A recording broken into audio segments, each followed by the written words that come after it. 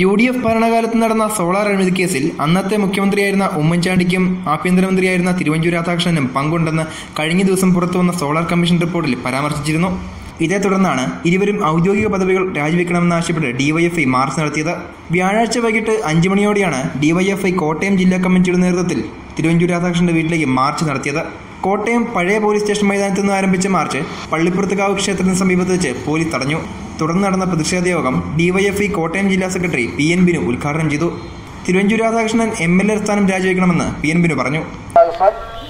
ഈ കേസിൽ പ്രതികളെ സംരക്ഷിക്കുന്നതിനാവശ്യമായിട്ടുള്ള നിലപാട് കേരളത്തിന്റെ ആഭ്യന്തര വകുപ്പ് മന്ത്രിയായിരുന്നപ്പോൾ ആഭ്യന്തര വകുപ്പ് മന്ത്രി എന്ന നിലയ്ക്ക് സ്വീകരിച്ചു എന്നുള്ളതുകൊണ്ട് തിരുവഞ്ചൂർ രാധാകൃഷ്ണനെതിരെ കേസെടുക്കണം എന്നാണ് ജസ്റ്റിസ് ശിവരാജൻ കമ്മീഷൻ പറഞ്ഞിരിക്കുന്നത്. CG Ranjith, S Binoy, Ajay KR എന്നിവർ നേതൃത്വം നൽകി. വെള്ളിയാഴ്ച രാവിലെ ഡിവൈഎഫ്ഐ പുതുപ്പള്ളി ബ്ലോക്ക് കമ്മിറ്റിയുടെ നേതൃത്വത്തിൽ മുൻ മുഖ്യമന്ത്രി ഉമ്മൻചാണ്ടിയുടെ വീട്ടിലേക്ക് മാർച്ച് നടത്തി.